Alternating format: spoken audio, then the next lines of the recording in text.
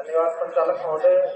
आपने 2 अक्टूबर के इस पावन पर्व पर बोलने का अवसर दिया और प्रिय बच्चों, जिन 2 महापुरुषों की आज जयंती है उनमें महात्मा गांधी और लाल बहादुर शास्त्री, दोनों का व्यक्तित्व इतना, दोनों महापुरुषों का व्यक्तित्व इतना महान था।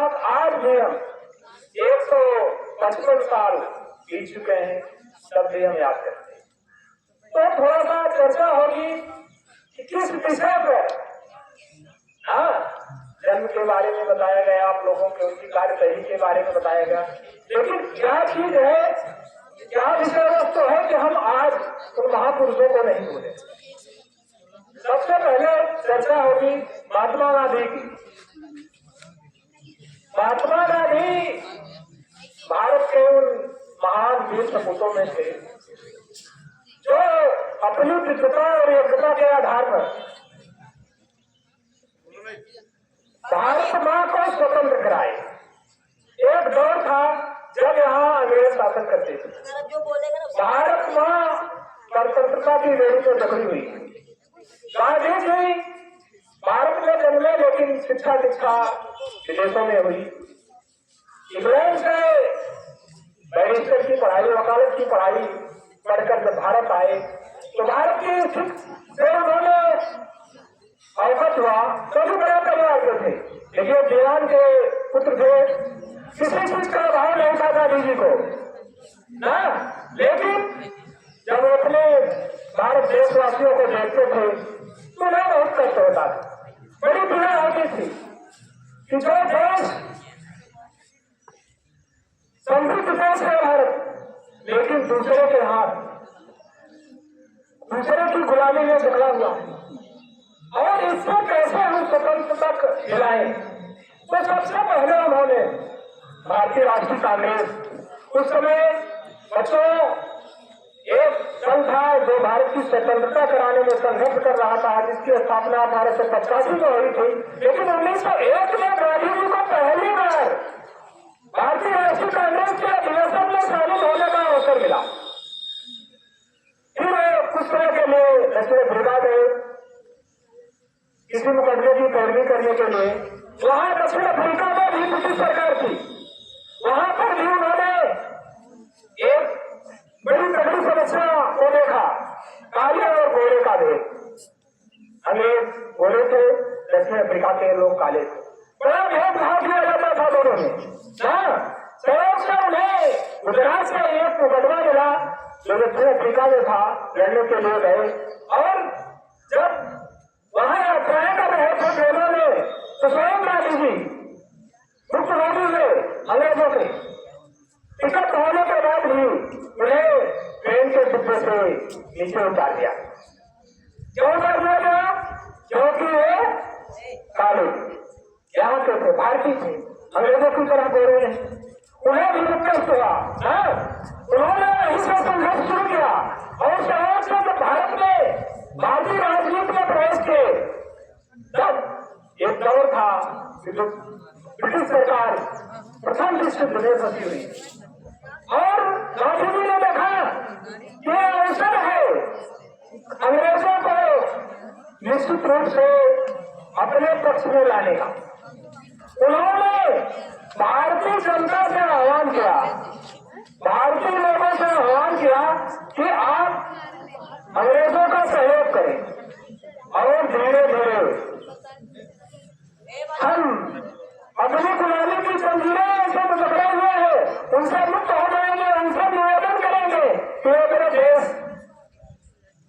हमारे देश को छोड़कर अपने देश में जाए, मुझे स्वतंत्र करते। 1914 से लेकर बच्चों 1918 तक प्रथम विश्व युद्ध हुआ। गांधी जी को निश्चित रूप से यह आशा थी कि जो प्रथम विश्व युद्ध समाप्त हो जाएगा, अंग्रेज हमें सत्ता सौंप कर चले जाएंगे, लेकिन ऐसा नहीं हुआ।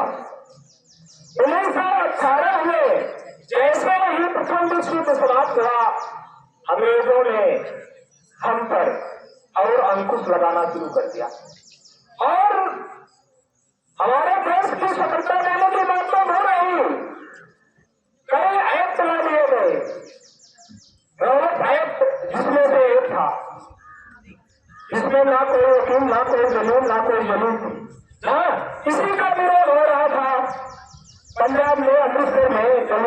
दिमाग में आपने सुना होगा 13 अप्रैल 1919 की घटना ना, पंजाब के जलियांवाला बाग हत्याकांड ना, जिसमें निहत्था भारतीयों को गोलियों से भुना गया था।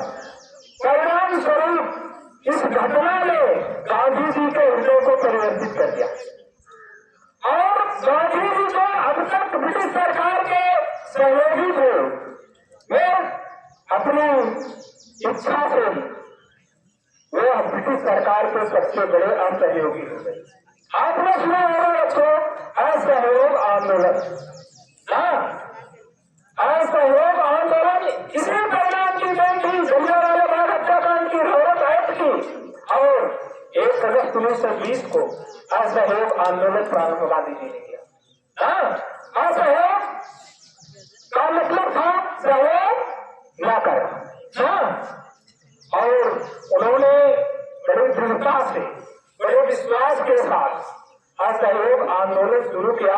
पूरे देश में ब्रिटिश सरकार का असहयोग प्रारंभ हो गया, लेकिन दुर्भाग्य था कि गांधी जी एक शर्त रखे थे कि कोई भी आंदोलन हो उसमें हिंसा नहीं होनी चाहिए, अहिंसा के पुजारी थे।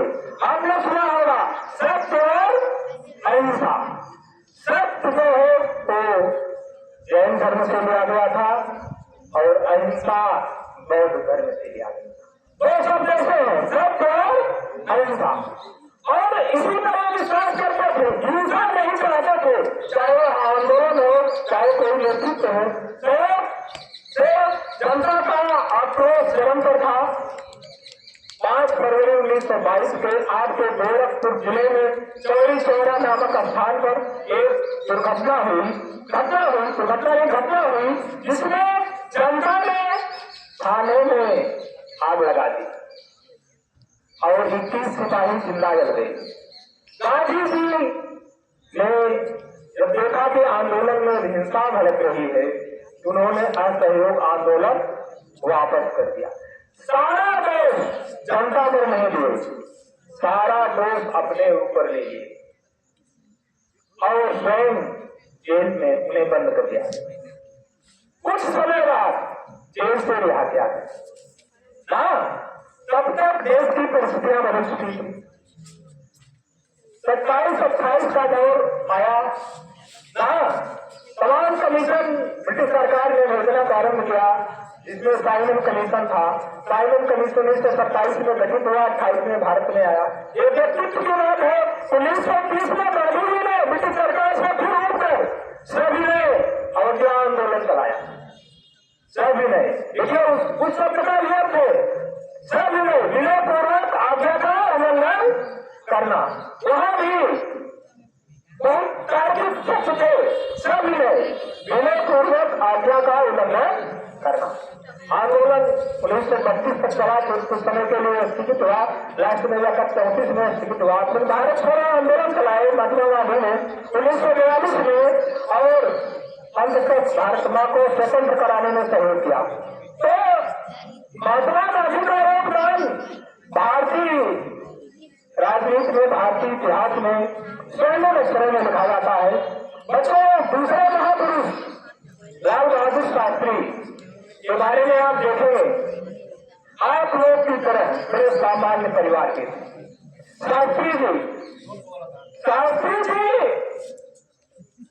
मुगल सराय के थे और उनकी शिक्षा दीक्षा उस समय व्यवस्था ये नहीं थी बेटा कि आज की तरह प्रकाश थे, लाइटें थी, घर पर किसी तरह दीपक जलते थे, किसी के यहाँ दीपक जल नहीं पाता था, किसी के यहाँ वो व्यवस्था नहीं।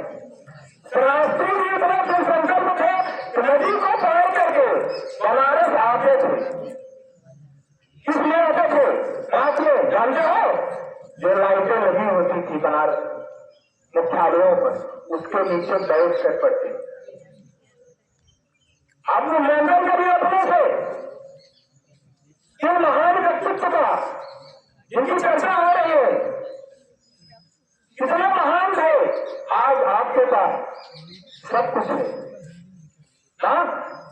समाज का कोई वर्ग ऐसा नहीं है जिसके पास भोजन, कपड़े और प्रकाश की व्यवस्था न हो, चीज ना हो, लेकिन फिर भी हम पीछे क्यों?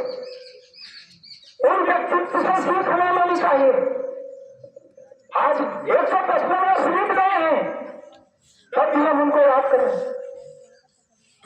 ऐसे गांधी और शास्त्री के विचार को हमें तोड़ना चाहिए। हमें उस पथ पर चलना चाहिए बच्चों, ताकि हमारे और हमारे समाज, हमारे देश का हित हो सके, विकास हो सके। हाँ, इसी के लिए हम अपने वाणी को विराम देते हैं। जय हिंद, जय भारत। धन्यवाद सर। अभी आपने महात्मा गांधी के अहिंसात्मक आंदोलनों पर प्रकाश डाला। आराध्या चलो आज